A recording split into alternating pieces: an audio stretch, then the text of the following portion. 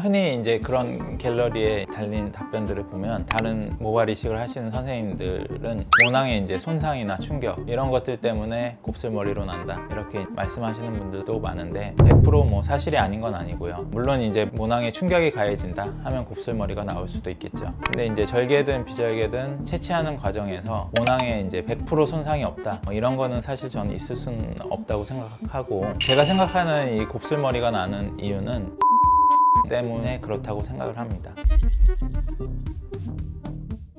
네, 안녕하세요. 더원치원 대표원장 윤종진입니다. 선생님, 요즘 커뮤니티 좀 보고 계실까요? 지난번에도 이제 저희가 탈모 갤러리에 대한 콘텐츠를 진행한 적이 있었잖아요. 그 이후에 이제 시간이 좀 난다 하면은 조금씩 보고 있습니다. 근데 혹시 이런 종류의 인터넷 글도 한번 보셨을까요?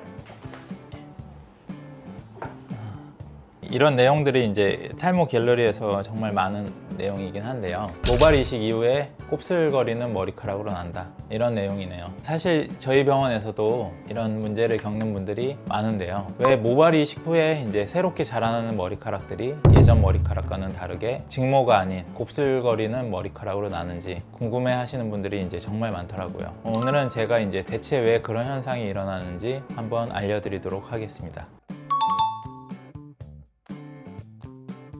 흔히 이제 그런 갤러리에 달린 답변들을 보면 다른 모발 이식을 하시는 선생님들은 모낭에 이제 손상이나 충격 이런 것들 때문에 곱슬머리로 난다 이렇게 말씀하시는 분들도 많은데 100% 사실이 아닌 건 아니고요. 물론 이제 모낭에 충격이 가해진다 하면 곱슬머리가 나올 수도 있겠죠. 근데 이제 절개든 비절개든 채취하는 과정에서 모낭에 이제 100% 손상이 없다 이런 거는 사실 저는 있을 수는 없다고 생각하고, 제가 생각하는 이 곱슬머리가 나는 이유는 이식 과정 때문에 그렇다고 생각을 합니다.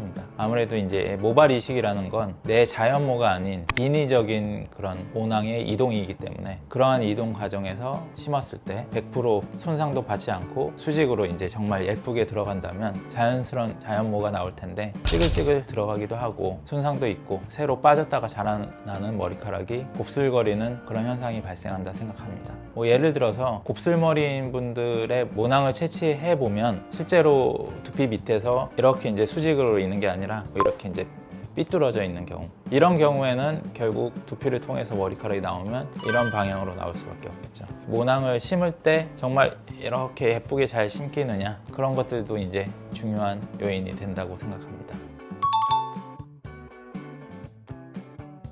자연모가 직모인 분들도 계시고 곱슬머리인 분들도 많은데, 곱슬머리이신 분들은 곱슬머리로 날 확률이 높고 직모이신 분들은 무조건적으로 그렇지는 않다고 생각합니다. 모낭과 모발의 특징은 개개인마다 모두 다 다르다 이렇게 이제 생각을 하시면 좋으실 것 같고, 얇고 직모다 하시는 분들은 심었을 때도 그대로 자연스럽게 직모로 나는 경우도 많이 있습니다.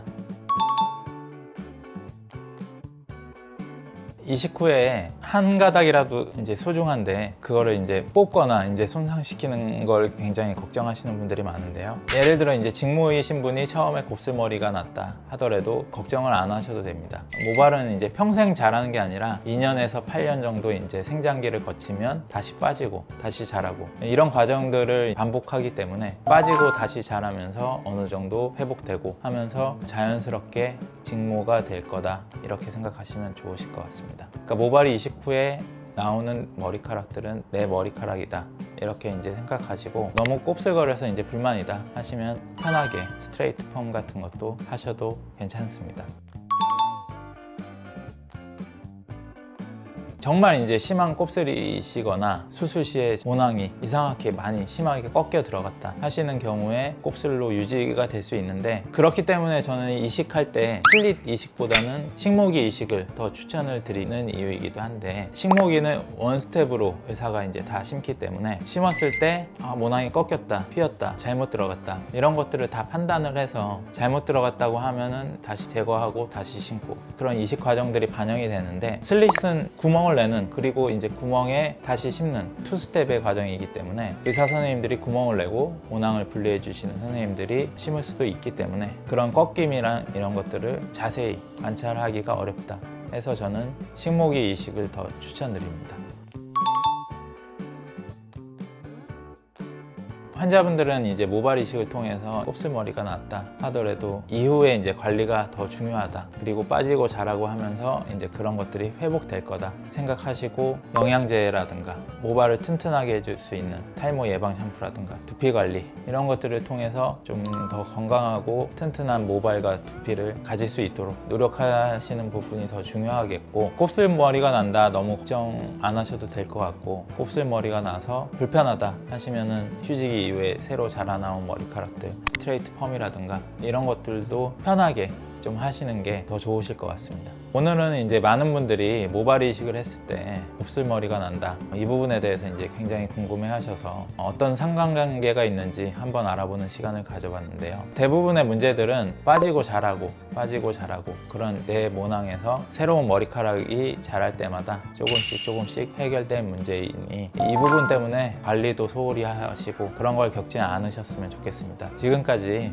더원치의원 대표원장 윤종진이었습니다. 감사합니다.